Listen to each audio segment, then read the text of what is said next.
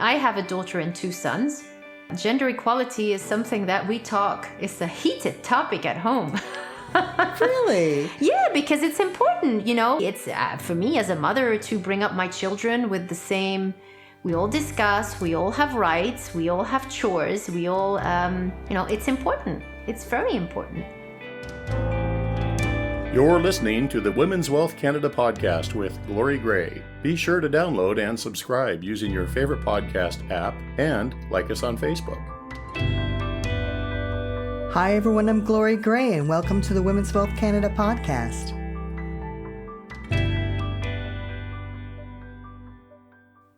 I truly have the best job in the world.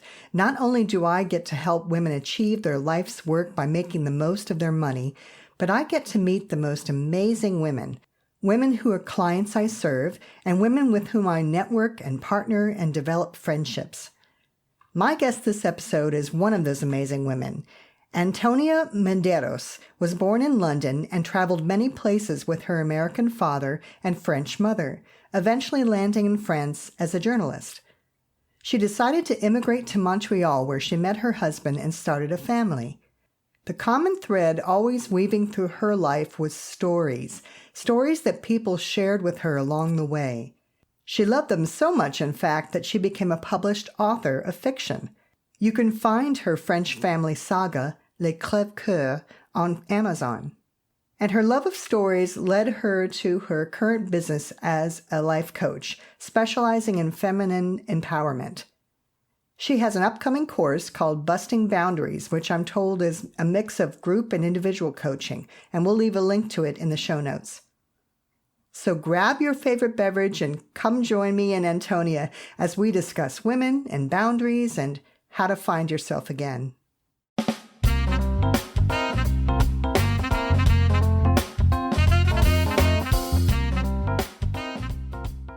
So Antonia, I know that you have a new guide out called 5 Signs You Are Struggling with Saying No and How You Can Prioritize Yourself Again. And for our listeners, we'll have a link in the show notes for you to download a free copy of her guide. But so Antonia, I thought we could go through a few of them and I'd like to ask you more about them. Would that be okay? Absolutely. Sounds super exciting. Go for it. Okay, so let's see. So the first of the 5 signs, sign number 1, the hourglass, you call it. So this is where you're feeling like time is running through your fingers and it leaves you anxious about never getting anything done or finished. What's the first step we can take to get back on track? So this one is all about time boundaries, right? And time management.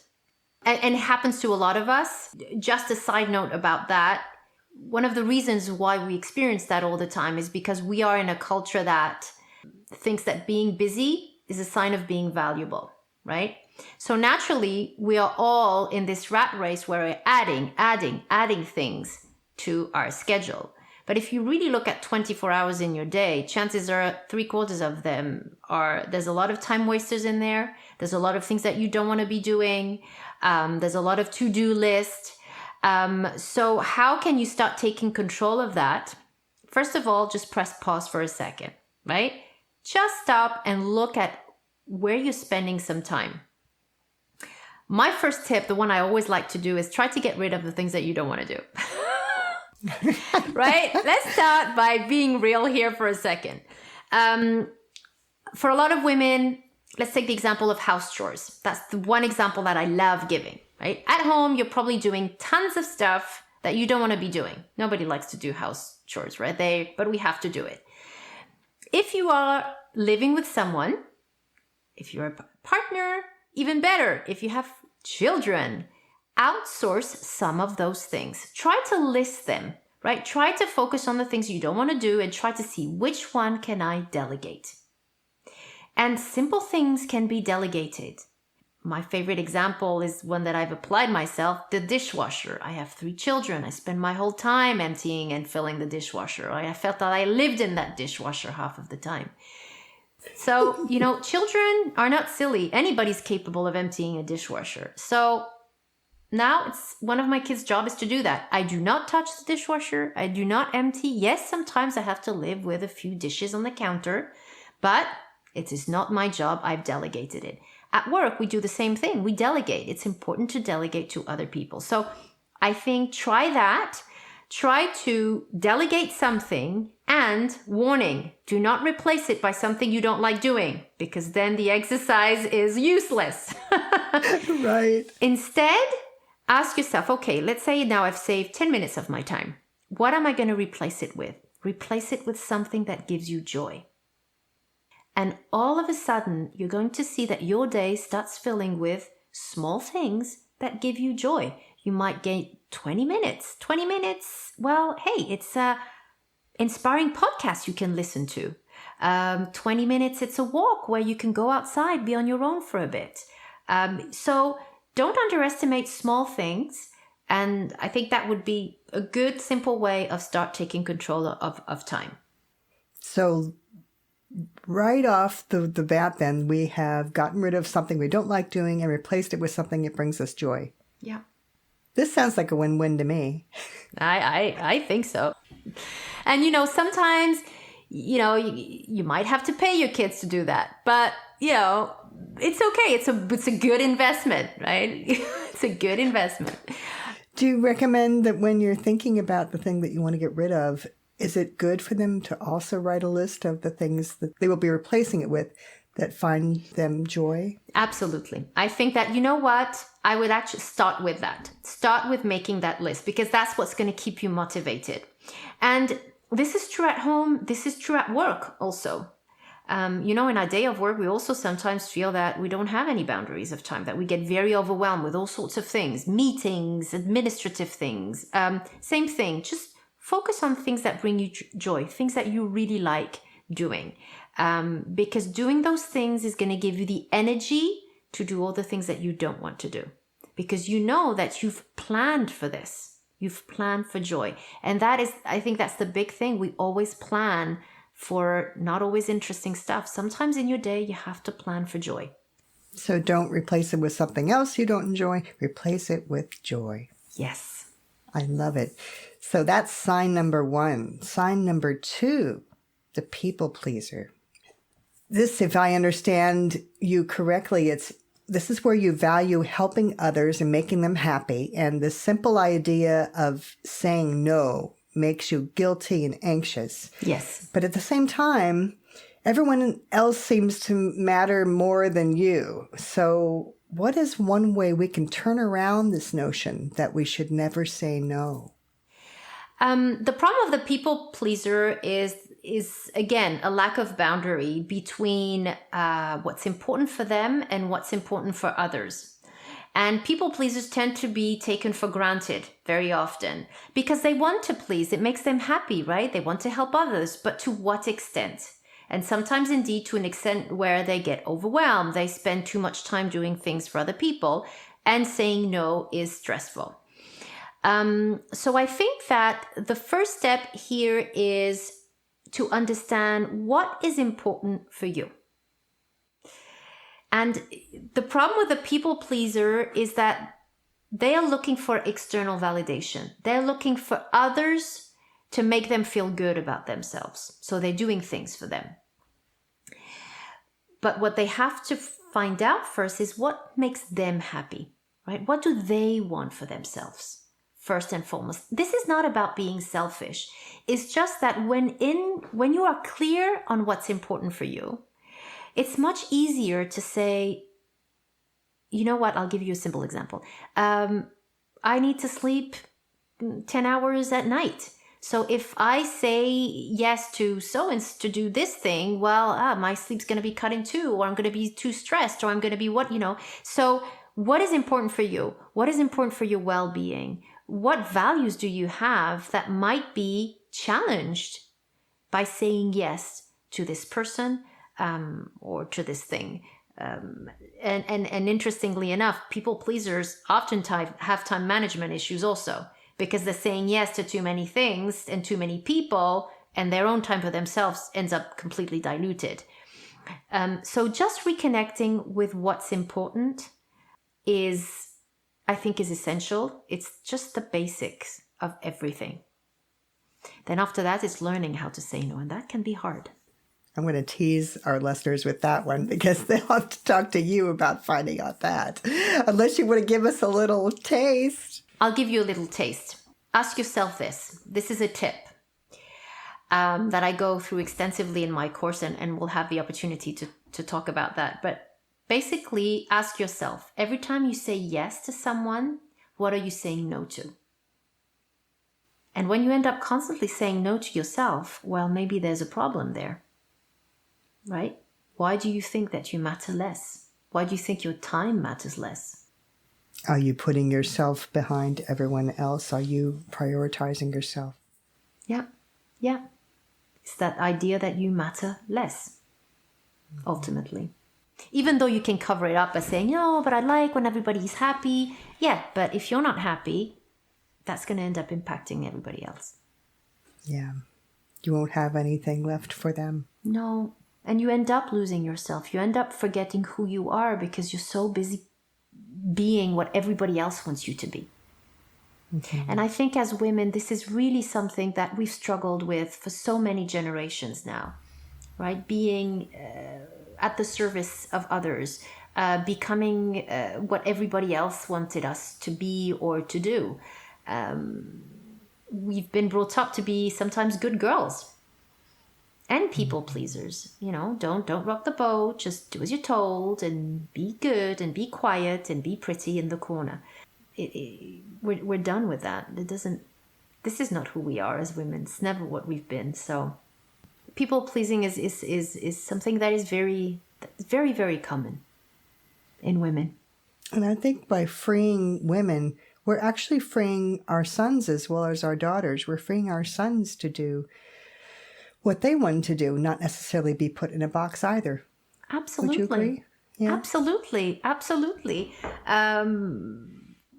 Definitely, you show them the reality of what it is to be a woman, so that when your sons grow up, they are not all of a sudden surprised when they start dating a girl who says no to them, who says, you want me to do this, but this is what I want. How can we make this work together? Right? I have a daughter and 2 sons. And gender equality is something that it's a heated topic at home. Really? Yeah, because it's important. It's for me as a mother to bring up my children with the same, we all discuss, we all have rights, we all have chores, we all, it's important. It's very important. So yes, it's an example for everyone to follow. I love that. Okay, that was sign number 2. So sign number 3, the self-carer. So the big myth is that the busier we are, you kind of touched on this, the more value we have, right? Particularly, I'm an American. It's no more truer than in the U.S. for sure. But the truth is, if you don't care for yourself, you won't be able to care for others. So, for example, when we used to brag about never taking vacation because that meant that we must have been really busy. We must have been really high value because we're not taking any vacation. But now we're learning that that's not the way to take care of ourselves, aren't we? So where should we start with this? I think the first step is just to rewire your brain of what you're telling yourself the story is. Every time you tell yourself, if I take the afternoon off, if I take care of myself, it's selfish. Just shift that into when you're not taking care of yourself, it's selfish, because it ends up affecting everyone. It affects your coworkers, it affects your partner, it affects your children. You become the worst version of yourself. So I think that's the first step, is that. Second, and it goes back to what we're talking about with joy, plan for that. Schedule self-care. Make it a priority, because if you don't take care of yourself, nobody is going to do it for you. I've seen a very interesting shift during COVID around self-care. People who were working like crazy, never taking any holiday off, all of a sudden they were at home with not a lot of work to do, or just, a different setup. plenty of time for themselves, and they didn't know what to do with themselves. It was all of a sudden they were reconnecting with themselves and thinking, damn, how do I take care of myself? What do I want? What do I do with my spare time? And all this time where they didn't nourish their minds, their hearts, I think a lot of people have realized how important this is. And the change in I think teams today and leaders that they're going to have, this is something that they're going to have to implement and focus on, is allowing people to have time to care for themselves. It's not a wasted time. It is not. And I think that's the myth there, that, when you sit down and you do nothing, but you're never doing nothing. When you walk outside, you're just refilling your energy. You're clearing your mind. You're opening yourself to other things. You become more creative. So you're not doing nothing. You're doing things that fill you. And I think you're absolutely right. And it's something I know that I've and others have learned how to shift. Not only that by not taking time off, not only am I not selfish, but I'm actually more efficient. I'm not lazy. I used to think, taking time off, I'm lazy. No, I'm much more efficient in my work. I mean, you think about it. Every time I went on vacation, I ended up with some wonderful client when I came back, or they call. Well, when my husband was a realtor, we would have some wonderful potential client call while we were in the middle of an airport. And he's like, why does this always happen when we're on vacation? And it's like, you actually do become much more efficient when you come back. You're rested. It doesn't quite take quite so long for you to get back in a project because your mind is sharper. So, and I took we've talked about this a lot before, and I took your advice this year when I sat down in January and I looked at my calendar, and usually I would just say, okay, this project I'm going to do here. But what I did first, Antonia, this year was I said, here's where I'm going to take time off. And that went in my calendar first. So I know I'm taking a week here, a long weekend here. It's still not crazy. I'm just still not taking 5 weeks off, but at least I'm taking enough off, more than I would have before. And I'm actually adhering to those. They're staying on the calendar. It was really hard for me to keep them on the calendar as blank spots, but I did it. And now I'm more refreshed and feel sharper. And it's all thanks to you. Oh, thank you. I'm so happy. I am happy for you that you did it, because how does it feel? Like I have more control and that my mind is sharper. And you know what? The world didn't disappear while I was gone taking those few days off. The world continued to rotate on its axis. Absolutely. So, and my clients, they know I'm there and always taking care of them. I'm always available for them, but that I need time to recharge as well. So, thank you.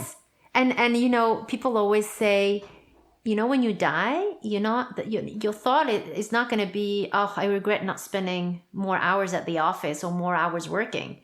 You're going to say, I regret not spending more time reading, educating myself, seeing my friends, again, doing those things that bring me joy. Yeah. So that's number 3. Mm-hmm.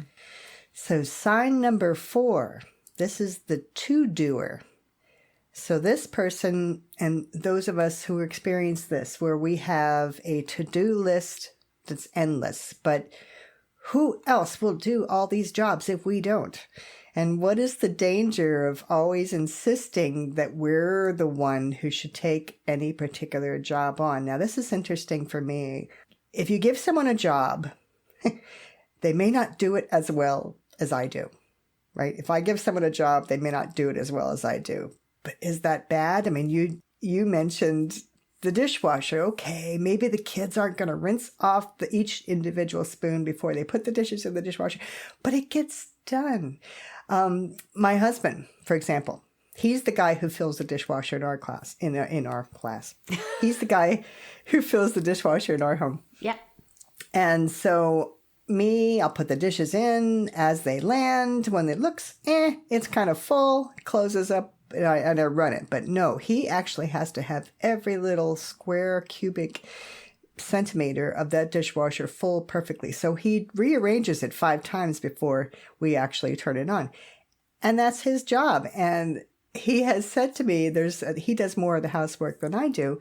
At one point, I said, well, I cannot do the housework, or I choose not to do the housework anymore. He says, well, we need the housework done. I said, fine, you want me to do it? Then we hire a maid. That's how it's going to get done. So you know what? He's doing it now. And it gets done. It may not be the way that I would do it, and I may not do things the way that he'd do it. So how do what do you think about this? About why do we always have to be the one to do it? And what happens when we delegate? Well, indeed, delegating means letting go of control. But the truth is, this is again based on the idea that when you do it perfectly. But actually, you don't really do it perfectly. You do it based on your standards of what perfect means. And those standards might be somebody else's. Now, we all have on our to-do list a whole bunch of tasks that don't require us to fuss about it being perfect. Why are you so concerned, that if we talk other house chores, the dishwasher, it's always going to be, the cleaning is going to be done perfectly. This is, as a woman, as a man, is it really, as a human being, going to give you value? Is that really going to bring you joy? Is that going to affect the rest of your life? No. And it's about letting go of that control, because really what you need to focus on is things that you're good at, things that make a difference. Let's say you're a fantastic cook and you love cooking and it brings you joy. Well, then when you're not doing other things, then you can focus on this because you're great at what you do. I think the perfect example is at work, especially as leaders. Sometimes, we tend to do too much. We take on too much on our plate, and then we always say, again, the typical sentence is, well, you know what, I'm going to do it because it's going to get done faster, it's going to get done better. It's like, but really, your skills, your experience, who you are as a leader, shouldn't it be better served doing other things than that? So it's really about focusing on skills and letting go, allowing yourself to let go and allow yourself to be imperfect. Nobody is going to give you a medal because your carpet is perfectly vacuumed. It doesn't matter. It really, in the big picture of things, it doesn't matter. Of course, we all like to have a house that's clean and is well organized, but it's never going to be perfect. Never. So let go of these things that are not important and focus on things, again, that bring you joy, things where you matter, things that only you can do. And by each of us doing those tasks that only we can do, the entire community, family moves forward so much smoother and faster than if we had done on our own. Absolutely. Absolutely. And and again, it's all tied in because within that to-do list that we think we have to do, right, there's time management issues, there's self-care issues, there's people-pleasing issues. It's all those boundaries are so interconnected with each other. Always, always. And I think especially as women, deep inside us, it's about what we understand our role is. What are our responsibilities? Who are we really in life? I think for certain women, if they don't have all these house chores and they don't have all that big to-do list to do, then who are they? Maybe they're keeping themselves busy because they're scared of thinking, okay, well, if I remove all of those things, that's a question I often ask my clients and say, okay, so I'm going to have a magic wand now. I'm going to remove all of those chores and all of that to-do list. What are you going to be doing now with your time?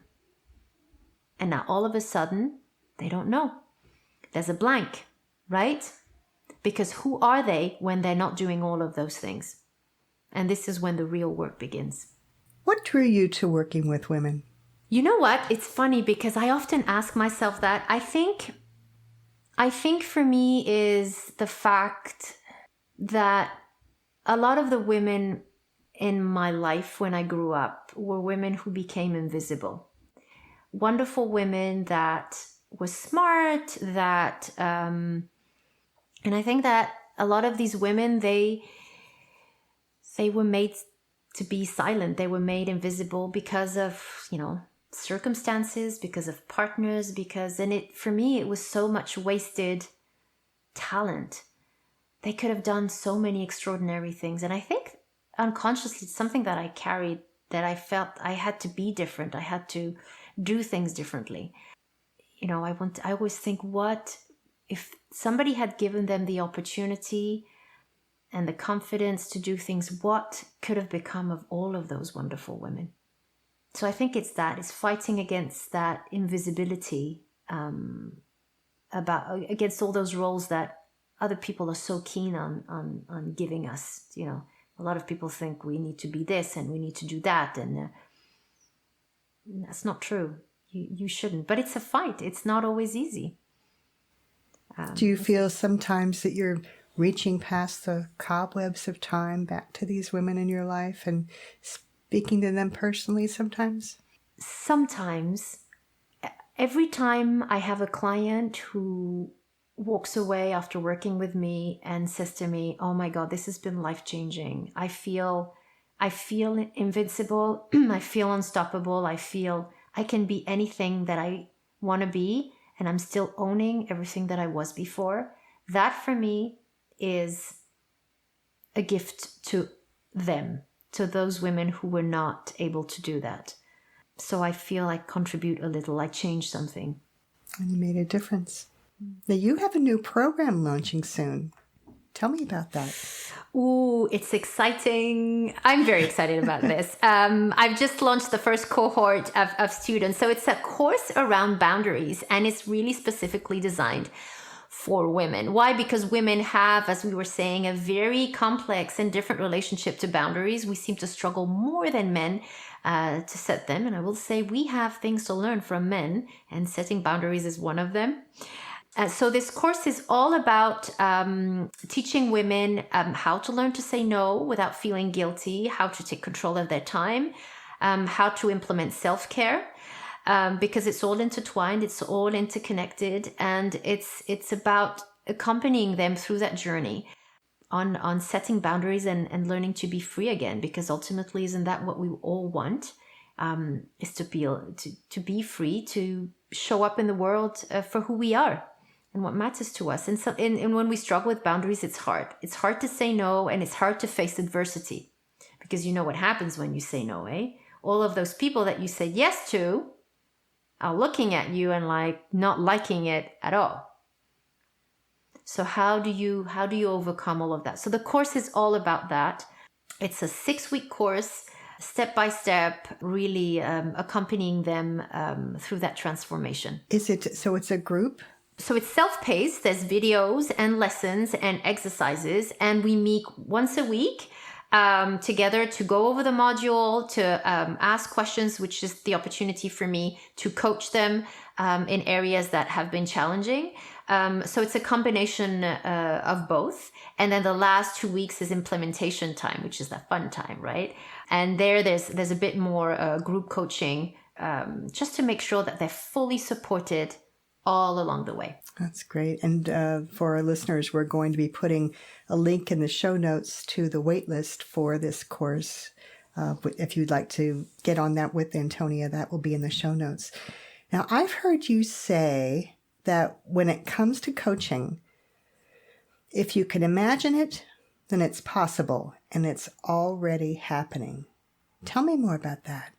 That's the power of the mind. When you coach, we encourage always our clients to visualize things. Because when you visualize, you start using your imagination, and your imagination is influenced by your emotions, by your past experiences, and you start imagining what becomes possible for you.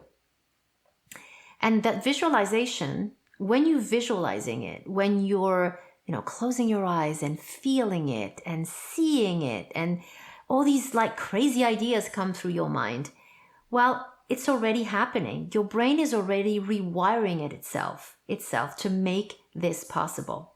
Now, the whole journey is all about clinging onto that vision, right? And making it happen. A lot of people use vision boards, for example, and they'll all tell you, put that vision board away And chances are, in a few years' time, when you go back to it, it will be amazing that you will have accomplished and exactly what you have put on that vision board. The bedroom that you dreamt about, the house, the job, it's there. So the power of visualization and if your imagination is creating it, then it's because it's possible. I have experienced that. Yes. And I think it's just such good news, isn't it? It is. Yeah, so tell me about your experience with that. I'm curious. So I created actually kind of a book, and back when we actually had magazines to cut out from, I clipped pictures that represented the life I wanted to live, the business I wanted to have.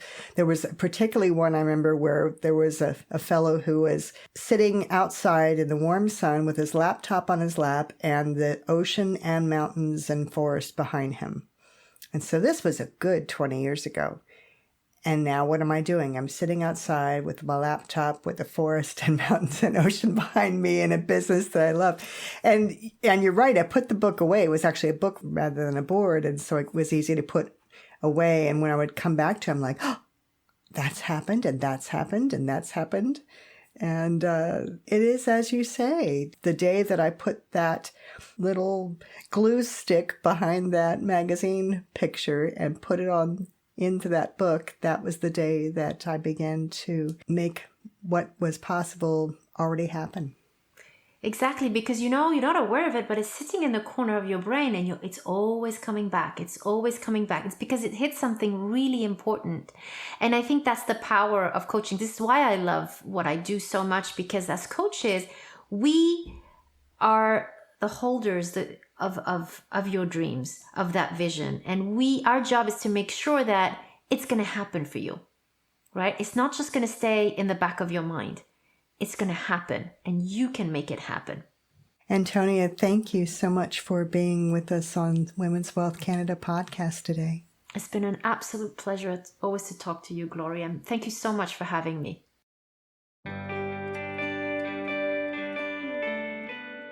That's all for today. If this podcast helped you, please subscribe and please tell others about it so we can help them too. Are you going through a life transition and need to find a financial advisor to manage your investments? You don't have to feel intimidated wondering how to find the right one. Grab my free guide, 12 Smart Questions to Ask When Interviewing a Financial Advisor. This guide gives you all the questions and why you should ask them. Just go to glorygray.com, pop in your email address, and we'll send it right to your inbox. Until next time, this is Glory Gray, your personal trainer for financial fitness, telling you to take charge of your finances, plan for the future, but most of all, enjoy today, and bye for now. This podcast is for informational purposes only and should not be construed as investment, tax, or legal advice. It is not an offer to sell or buy, or an endorsement, recommendation, or sponsorship of any entity or security cited. Mutual funds offered through Portfolio Strategies Corporation. Other products and services provided through Glory Gray Wealth Solutions.